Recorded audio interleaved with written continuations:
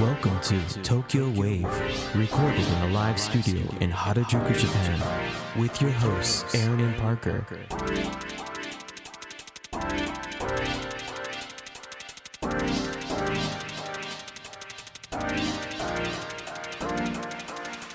Alright everyone, welcome to episode 62 of Tokyo Wave. We're your hosts Aaron Randall and Parker Allen. On Tokyo Wave, we bring you weekly updates from our studio in Harajuku. Join us in segments featuring this week's top news, political happenings, business, and other random garbage. Here are this week's top news highlights.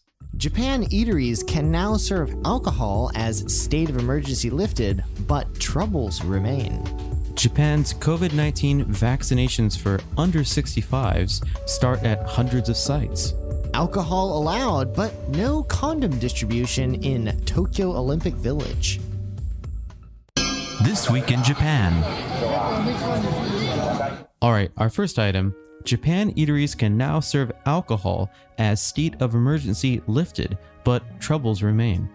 The Mainichi has reported that while areas that were covered by Japan's third COVID-19 state of emergency have now transitioned to less strict quasi-emergency coronavirus measures from June 21st, many restaurants and bars serving alcohol do not expect to see the number of customers return to pre-pandemic levels.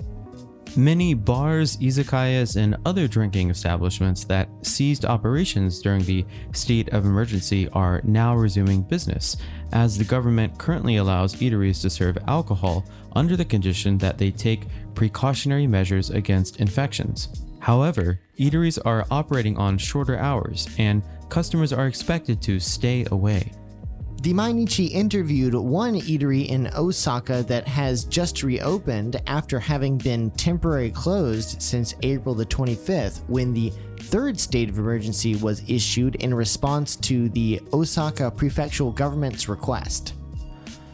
The restaurant filed an application on June the 19th for qualification under the Gold Sticker third-party certification system, which the prefectural government established as a condition for serving alcohol following the lifting of the state of emergency, and proceeded to set up acrylic panels inside the store. So, I was actually watching the news the other night, and they were talking about this gold sticker system, and they were interviewing different restaurant owners. That's an Osaka thing, not a Tokyo thing, right? I think, yeah, the guy they were... We've got the rainbows. Yeah. You've seen the rainbows, right? Yeah, but this certification is nuts. Like, I forgot how many clauses it has. And you have to, on a smartphone, go through it. So a lot of these restaurant owners are older. They don't have smartphones. And they don't have the time to read through these extremely complex Sounds contracts. like a privacy policy. Yeah. Oh, yeah. Except. It's nuts. It's nuts. I mean, yeah. Then all of a sudden you get this invoice for 1 million yen for acrylic panels. What the hell? So, under the quasi-emergency measures, eateries are allowed to serve alcohol only until 7 p.m. That's going to make for interesting Nomi Hodai specials. Yeah, I know. It's all you can drink, but you only have 30 minutes. In Tokyo, starting from June the 21st, people are now able to drink alcohol alone or in pairs for up to 90 minutes between 11 a.m. and 7 p.m. at restaurants and bars certified as having taken steps to control infection. Such establishments are still requested to close at 8 p.m. In addition, if there is another sharp rise in infections in Tokyo, Governor Koike stated in a press conference there will be another request to stop serving alcohol immediately if health experts deem it necessary. Drinking is going to get canceled again. That's terrifying. So, on the other hand, though, if the situation improves, the Tokyo Metropolitan Government will consider further easing measures based on the progress of vaccinations. Up next, Japan's COVID-19 vaccinations for under 65s start at hundreds of sites. Kyodo News has reported that Japan's COVID-19 vaccination program for people under the age of 65 went into full swing on June the 20th. on June the 21st as companies and universities have joined hands with the government, ooh, that sounds scary, in launching on-site inoculations at hundreds of venues. With Prime Minister Yoshihide Suga aiming to complete vaccinations by November, the government has allowed companies and universities to launch their own inoculation programs for the under 65s. Chief Cabinet Secretary Katsunobu Kato told a press conference that the vaccination programs of companies and universities had been carried out at 266 venues as of June the 21st, including those started earlier by some companies. The program is currently limited to companies with large workforces and universities with large student bodies. Further expansion of the vaccination rate will depend on whether the government can expand vaccinations to smaller universities, as well as small and mid-sized companies. This is an interesting point, as I think we mentioned last week that the American Chamber, which is a member organization comprised of several companies, was putting together sort of a joint vaccination program. And apparently this is okay. I've also seen some movements by the Sharing Economy Association, for instance, actually trying to get in more gig workers, including, freelance delivery couriers for Uber Eats, and also, people doing like freelance IT work, putting them all together under the umbrella of sort of sharing economy workforce and setting up vaccination sites in sort of partnership with some major internet service companies. That'd be great. I have like a funny image in my head of like, the largest companies doing this first because they don't want to give their employees any excuse not to come to work anymore. Oh yeah, you can already feel that one coming down the pipeline because it's already happening, in the US and Europe as the rate of vaccination increases. Finally, you're starting to hear what these big company executives really think about this sort of shift to working from home and sort of this idea of permanently not coming to work in the office every day anymore, as a lifestyle. Yeah. A lot of people in the US are just like done with it. There's no point in going to the office anymore. Why do I need to go? And I think we're already seeing this sort of rift develop between the tech business, which is very work from home friendly, and honestly a lot of tech companies were work from home friendly or didn't even really have an office even before the pandemic. So right. This is sort of just sort of a reinforcement of semi old news. But at the same time, you've got the financial services industry, especially the major trading houses, who have made it very clear that their well-compensated employees need to show up at the office at 8:30 a.m. and make sure you don't wear brown shoes because only cads wear brown shoes. All right, and up next, alcohol allowed, but no condom distribution in Tokyo Olympic Village.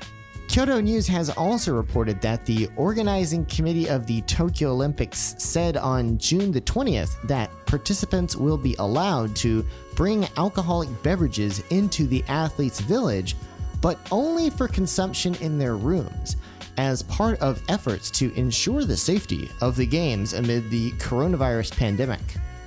The organizing committee also said it will not distribute condoms to participants during their stay in the village, but on their departure, a break from recent Olympic tradition. Aaron, could you repeat that? So they're gonna give them condoms when they leave? So I guess it's what do they think that's gonna make people do? Interesting. Well, so this has already become the topic of much hilarity on Twitter, but, it's a serious matter for serious discussion. Olympians, I would imagine they've got the memo that they were going to get free condoms, right?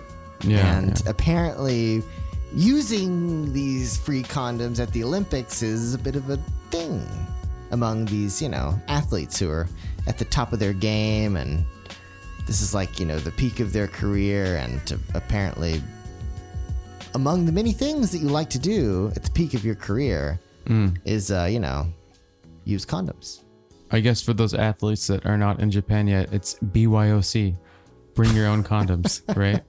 Other than Olympians, I think most people, don't expect free condoms to just kind of... It's like you check into a hotel room, it's like, oh, I didn't know it was that kind of hotel. What is this thing with condoms at the Olympics? Condoms have been given to Olympic participants since the 1988 Seoul Olympics to raise awareness of acquired immunodeficiency syndrome, commonly known as AIDS, according to the International Olympic Committee.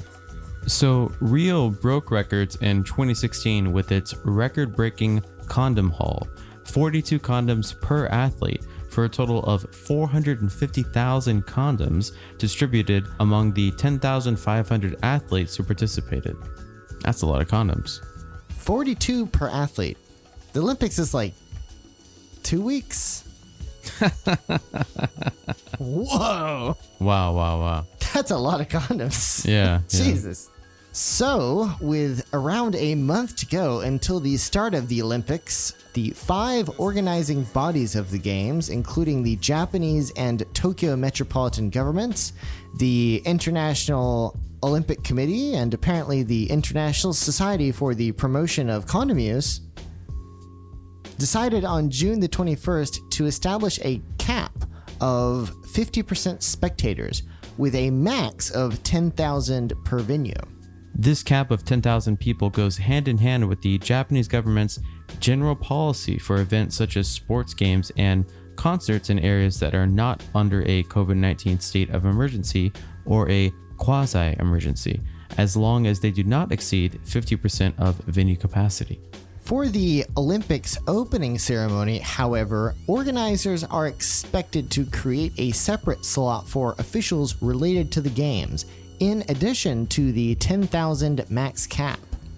Prime Minister Yoshihide Suga has expressed his intent to hold the Games with spectators, but medical experts have voiced concern that allowing spectators at venues may worsen the coronavirus situation. The Tokyo Olympic organizers have released a set of rules and measures to prevent the spread of the virus, but many have questioned their effectiveness.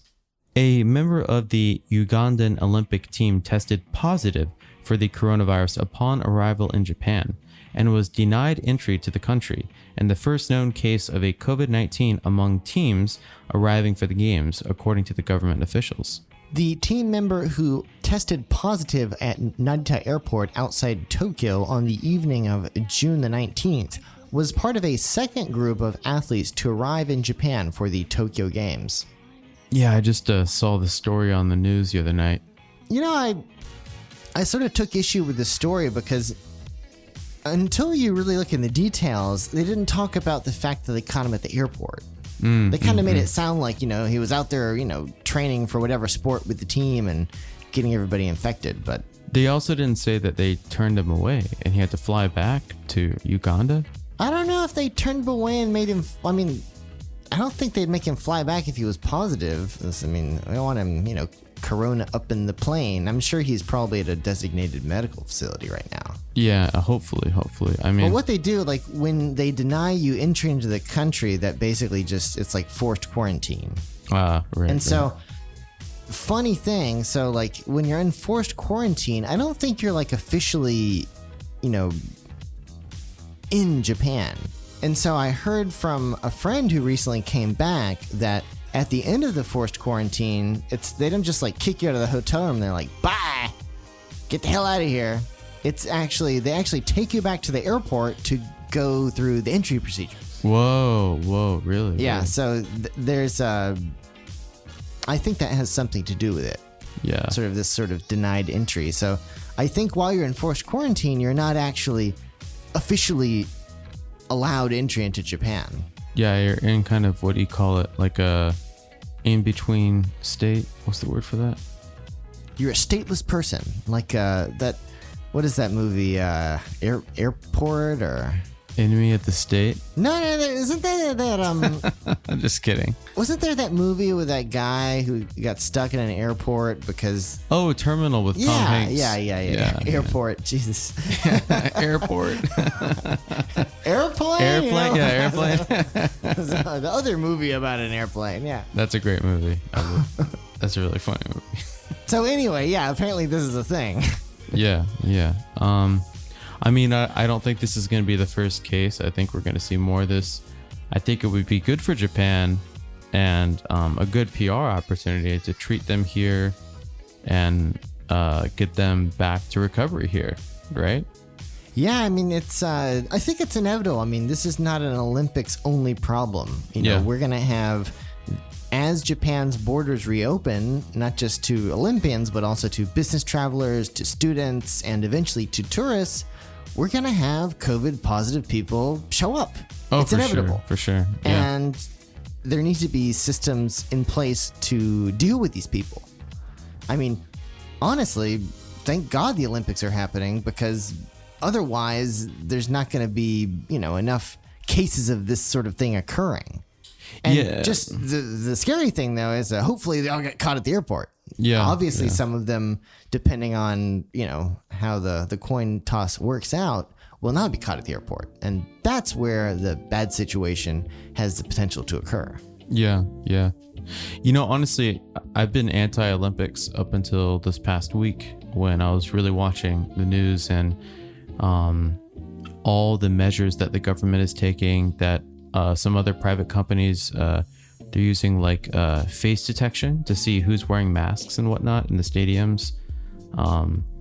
I think, as you said, this is gonna like jumpstart or force Japan to get ready for all this and build the kind of routine and infrastructure that maybe after the Olympics, Japan's open back up to tourists. Like, that would be awesome.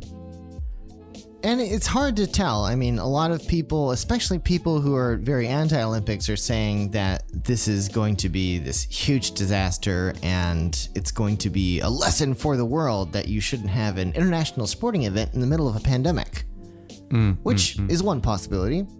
Of course, the more optimistic people among those looking into this matter might see this as an opportunity for the country to get ready to reopen to the world. Right. And as other countries around the world are reopening, Japan, obviously, with its lagging vaccination rate, which it's also in the process of improving, is sort of at a disadvantage to kind of get ready and do this necessary preparation to reopen itself. While if you're in Europe or the United States, reopening is more of a, obvious thing that you're going to do. But for Japan, Japan has a long history of staying closed to foreigners for extended periods of time. Yeah. Sometimes hundreds of years. Yeah.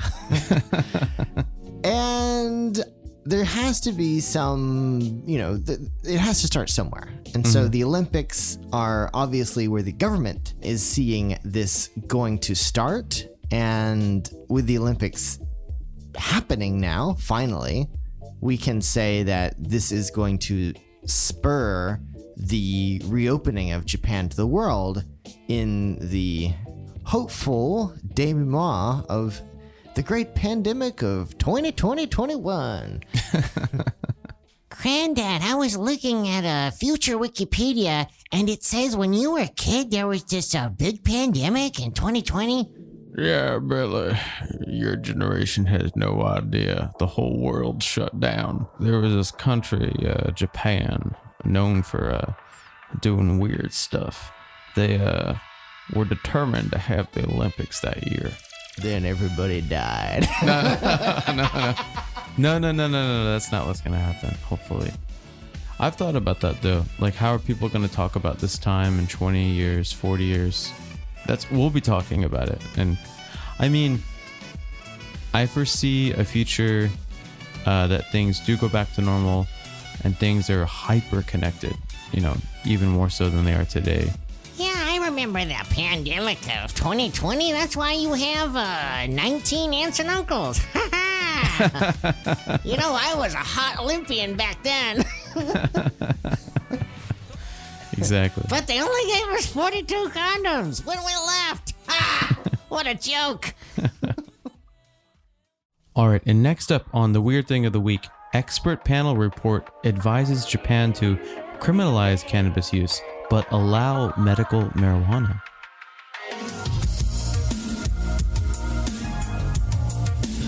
You're now listening to Tokyo Wave. The weird thing of the week. Oh, hell no! The Mainichi had a recent article about the situation around marijuana use in Japan. A health ministry expert panel stated in a report released on June the 11th that recreational weed smoking will be criminalized under new revisions to Japan's cannabis control law. This might sound a bit surprising to some, but while the current law, which was enacted in 1948, prohibits the possession and cultivation of cannabis, otherwise known as marijuana, weed, Ganja, ganj. hashish. That's a little bit different, though. It's a common English word for cannabis. What? What did you just say, man? I said, man, this hashish is dope, bro. Dope! That's another word. Yeah, dope. Yeah, so cannabis. So there is no criminal punishment for the use of marijuana, such as smoking it. So this expert panel headed by Shonan University of Medical Sciences, Professor Tsutomu Suzuki, made the decision due to concerns about young people's abuse of the drug. Meanwhile, the panel also concluded that marijuana-derived medications currently restricted in Japan should be permitted. The expert panel will now begin deliberating specific measures ahead of revisions to the Cannabis Control Act next year. So I guess Snoop Dogg will be able to continue receiving treatment for his cataracts when he tours in Japan. Snoop Dogg 2022. Tokyo Dome. Y'all got that CBD oil? It's CBD, right? CBD oil is different, though. Yeah. But the thing with CBD oil is you can only get Japanese-made CBD oil, right? So if they change this, I don't know. I haven't looked into the... Well, the thing about the CBD oil is CBD oil does not contain THC, which is the psychoactive ingredient in marijuana. So actually, CBD oil bought in America and other countries can contain THC. Exactly. Yeah. And that CBD oil, if you import it into Japan, can get you arrested. And so, if you're buying CBD oil in Japan... roll the dice and hope that you are not potentially buying an illegal substance. Yeah. I imagine this revision and re-looking at this, they're going to maybe address things like this. I know South Korea is actually going through a similar process right now. Well, it's a real devil's in the details because, CBD oil gets imported into Japan. If it gets imported in, mass quantities, you can test it. Mm-hmm. And, that's easy enough. But if you're importing it in little bottles, or even worse, if you're importing a CBD infused foodstuff item, such as a food or drink, they're not going to, open up the wrapper and, rip everything open and test it, because then it would ruin the product for sale. Right. But as a result, you're seeing a lot of police interaction, raids of stores, inquiries. Even, I don't think I've heard about it yet, but customers could ostensibly be arrested even if they are unknowingly consuming THC, small trace, basically products containing small trace amounts of the sticky icky. The introduction of a provision banning using the drug had previously been put off as farmers who cultivate the plant, which is used to make hemp shiminawa ropes for Shinto shrines, and other uses can inhale it as they work. And so they, I guess they don't have like a trainee program. I mean, I think some of our listeners might be Googling that right now. Whoa, man, the Shimenawa rope making is like really groovy. Dude, you can like be a trainer there and like you just inhale that shit all day, bro. Dude, I'm like, all of a sudden I'm really into like yoga and mindfulness. In February, the health ministry presented test results to the expert panel showing that no cannabinoids had been detected in the farmer's urine. Ooh, sure glad I'm not the guy who had to do that test. In response, the panel concluded that there are no reasonable grounds for not imposing penalties on marijuana use. The report raised the need to set up a punishment for using the drug in addition to the current penalties for possession, which includes imprisonment with work for 5 years or less, and cultivation, which carries a sentence of up to imprisonment with work for 7 years. During discussions, 3 out of the panel's 12 members objected to establishing new criminal penalties, voicing views such as, "It goes against the global trend of focusing on supporting recovery. It cannot be said that cannabis use is causing social harm, and there are no factual grounds for implementing criminal penalties."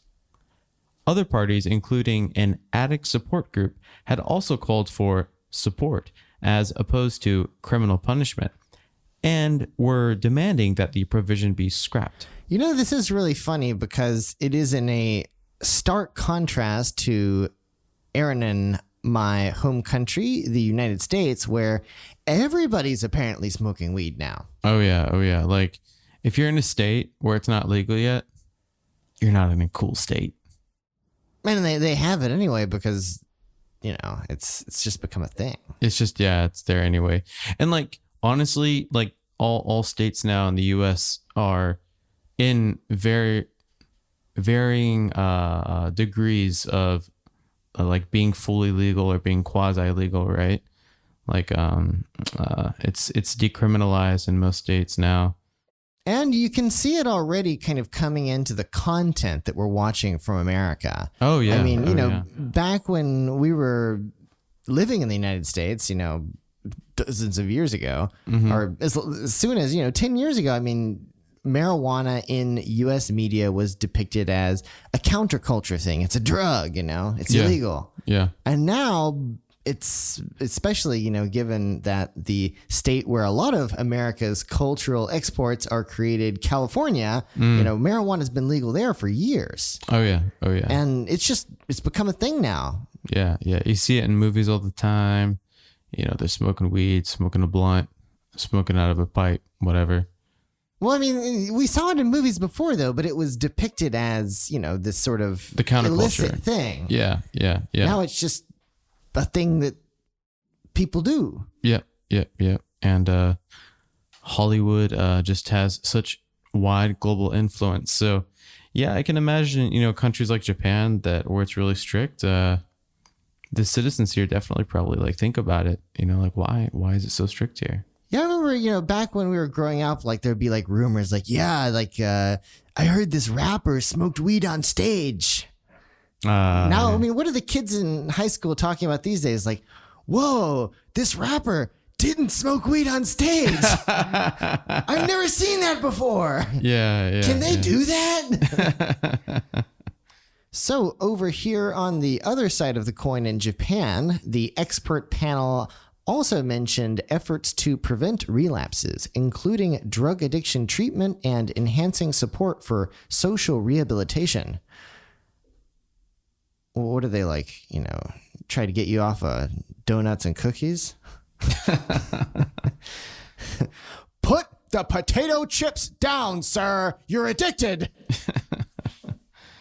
Are there people legitimately addicted to marijuana?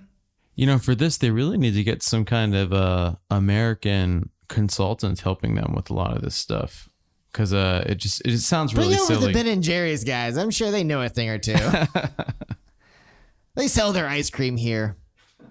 Their tie-dye shirts and beards and groovy-looking cows. So in 2020, 5,273 people were involved in cannabis-related cases logged by police and the Health Ministry's Narcotics Control Department, among other bodies, according to the preliminary figures. Case numbers have doubled over the past 5 years to a new record high, in step with growing internet use. Individuals aged below 30 accounted for 65% of the total. They blame the internet for increasing marijuana use. Because internet. Interesting. Well, this has to be also connected to media because, you got to hear about it somewhere. I mean, obviously you can blame social media or message boards or wherever people are hearing about this reefer madness that's going on among these Japanese youths. Yeah. But in reality, they're watching it become a normal thing in other countries, several other countries around the world, namely the one that we came from. And some of these youths, I guess, think it sounds cool. This is funny. This reminds me of a story. A teacher here in Japan at a university, and he told me the reason he had like a conspiracy theory that the government purposely didn't want Japanese people speaking proper English and being fluent in English because it would open up the floodgates to all the information available on the internet and all like foreign ideas, right? So well, that's like some serious deep Space Nine conspiracy theory. Yeah, but I mean, without... Do you know what brand of tinfoil he was using? Not sure.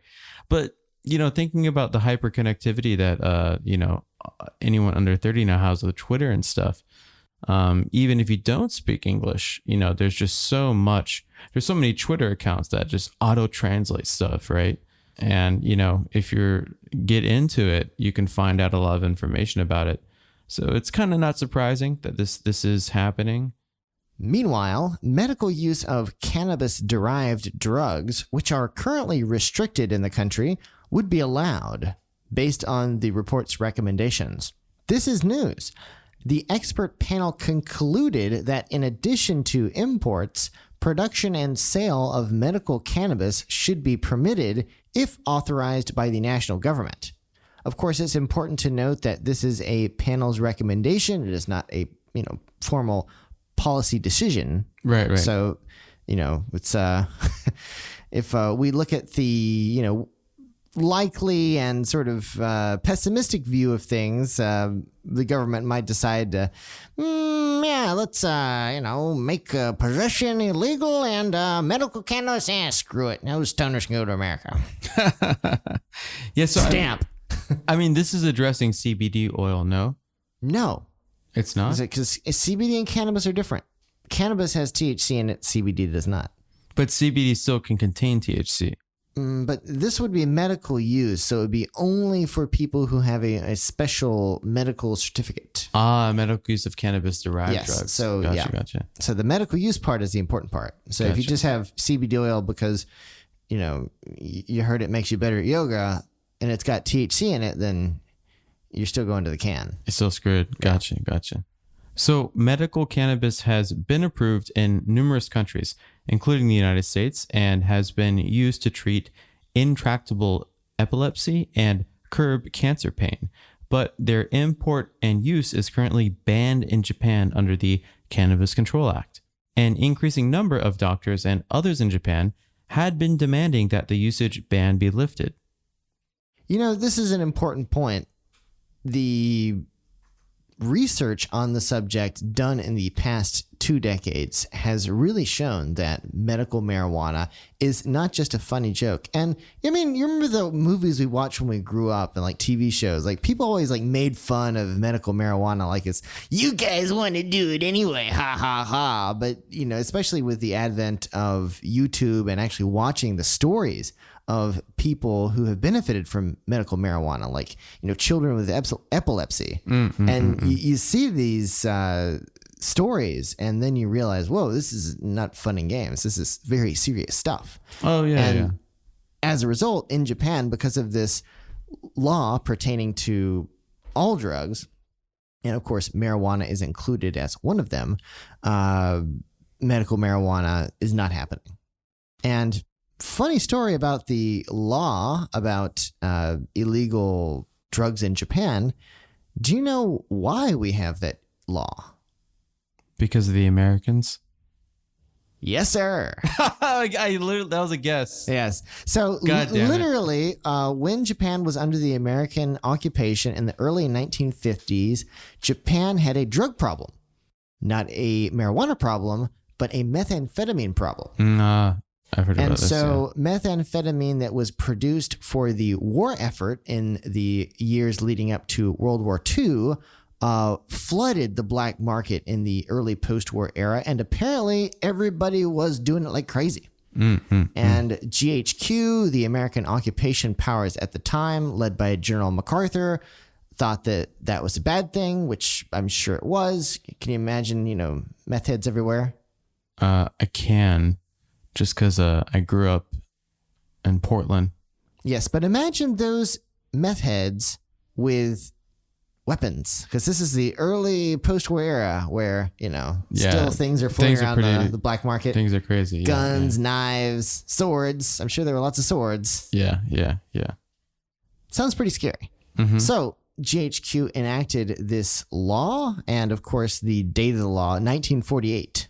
So not even the early 50s, it was the late 40s. Man, so they nipped it in the bud. And pretty early. As a result, Japan has a very strong anti-drug stance. And I think we've mentioned it on this podcast before, but dear listeners, do not use or bring drugs into Japan. You will be arrested, prosecuted, and imprisoned, and or deported, and most certainly banned from the country. So don't do it. Yeah. There's a lot of really crazy stories about celebrities that have brought marijuana into Japan, and the most famous, of course, being the Beatles. Yeah. Was it Paul McCartney as well? After the Beatles, Paul McCartney got banned again. And so apparently Paul McCartney's record company, like EMI or whatever, found the, hotshotist lawyer they could to support his case. And so apparently this lawyer came to visit Paul McCartney in the detention center before they kind of changed their mind to let him go, and said, well, we think we can get you off with 5 years. Wow. Yeah. Wow. So I think there was a big media backlash, or something happened and the tides turned, or maybe the embassy interacted or something. But in the early days, it was thought that Japan was literally going to, have the Beatle in the jail for a long time. Yeah. Wouldn't that be a different way that history could have gone? Imagine like Paul McCartney's still like in jail in Japan. What happened to that one Beatle? Like the guy who played bass, he had a really good voice. Ah, man, they locked him up in Japan, bro. He's still there. So the expert panel reviewed the current cannabis law, which imposes regulations based on the parts of the cannabis plant, and deemed it appropriate to adjust them to focus restrictions on a substance called tetrahydrocannabinol, commonly known as THC, a hallucinogen. The panel called for a review of the law to organize distribution and management structures, including a license system to enable medical marijuana use. A license system, eh? So as you said, this is still just a panel, right? This is not an official governing body that is, saying okay or not okay. So we can only wait and see how this kind of plays out. Honestly, I hope they will push for medical marijuana in Japan, as I am sure there are a lot of people that are in need of it for honest medical purposes. Yep. Yeah, that's as you were saying with a lot of the research. I think even the naysayers, right, in the U.S. that were against it for personal reasons, religious reasons, whatever. After they started seeing a lot of these like almost like miracles happen, the social tone really shifted in the States. And hell, if they can do medical marijuana here in Japan, and if it eventually gets decriminalized, talk about something that's going to increase tourism in the country. You know, I wonder if it'll ever happen. I mean, what is it? I think that the sort of often when it comes to deregulation, of course, drugs is a different topic, but deregulation in general in Japan, the thing that people always say is, once it becomes a thing in the United States and the UK, even sometimes the UK more than the US, Japan will start to seriously consider it. Yeah, so I have to retract what I said a bit. I think the way this, if you ever have this conversation with people that know Japan, they'll say it'll never happen. It'll never be legal in Japan. But a path for it actually being regulated and decriminalized, I think we'd have to see the biggest tobacco makers in the world start releasing, like, what is it? You can get a pack of Marlboro cigarettes, right? You get a pack of Marlboro joints in the US, and that becomes extremely normalized, right? Like there's like, officials and shit. Instead of Joe Camel, it's like Brad Camel. Yeah. So everybody's got a pack of Brad Instead Camels. of cool, it's cool. Yeah. No, excuse me. Rad. Oh yeah, of course. But so is it Brad Camel or Rad Camel? You're mixing them up. We can have both, maybe. Yeah, and then instead of Lucky Strike, it's Lucky me, I found a donut in the microwave. Yeah, exactly. But this would have to be super normalized in all other developed nations. And even then, Japan would probably take about 10 to 15 years to actually get on the same level as everyone else. Right. I think that's the only path and that's like a 20, 30 year timeline, I think. Well, I don't mean to go full absurdist on us. Of course, we tend to do that every episode, so maybe I do mean that. But you cannot totally ignore that we have what is a semi-privatized but still very largely government-held tobacco company. And the company's name is Japan Tobacco. Ah, right. Tobacco use around the world is plummeting. And regulations concerning tobacco use in Japan even are becoming more and more strict. Tax revenue is falling. Yeah. Maybe we need to get Stan's dad over here to open Integrity Farms Japan. He already tried to do that in China, but it didn't work out so well. And picked the wrong country. I mean, wouldn't it be crazy if, we'll probably be old by then, but there's a company, a government-run company, because that's the only way you can avoid it falling into the wrong hands, called Japan Marijuana. Man, that would just be that would blow my mind. I think my head actually might explode. It'd be like that scene in Back to the Future 2 when he goes to the future and, I feel like, that being a thing and walking around and everyone's got a pack of Japan marijuana, like that would just be like, what the, how did this happen? I mean, not in a bad way, but just in a very surprising way. Well, I mean, we always look at things and, things that change with time and with culture. I mean, when I moved to Japan 14 years ago, I saw, Americans using Facebook and Twitter. And I thought, that'll never pick up in Japan. Japanese people hate using their real name on the internet. Yep. And at the same time, when I was in university, LGBT was not a thing. Yeah. Homophobia was very widespread. And that has changed. Yeah. Even, Japanese workforce, working from home will never be a thing. We'll always be using fax machines and 9 to 5. It's, everywhere else in the world might move to working from home, but Japan never will. And here we are. So what about this one? We'll just have to wait and see. And for the normalization of it, I think across the Western world, that's going to be the first step. You know what's going to happen, though? I mean, even if it happens for medical marijuana, Japanese agricultural products are world class. Oh, Japanese weed's going to be the best weed. What if they started making it just for export only? And they didn't let the locals. It was still illegal locally. That's I could see that. Yeah. Yeah. If you're listening to this podcast and want to be a billionaire, convince somebody to do that. Yeah. Get some really rich people together and put together a slide deck. You thought umami burger was a big thing. We've got umami blunts. I mean, we kind of already went over it on the podcast. They're already they're using hemp for production of rope, but why couldn't they use it for production of something else that could potentially be converted into something else in another country? I'm using the word something else a lot because I want people to fill in the something else in their head. Yeah, this is a very interesting potential business opportunity. So you're not going to be able to smoke a doobie in Japan anytime soon. But you might be able to make a greenfield investment.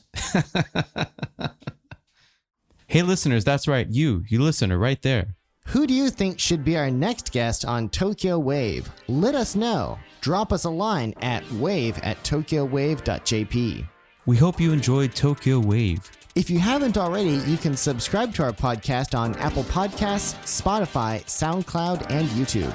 Join us again next week on Tokyo Wave.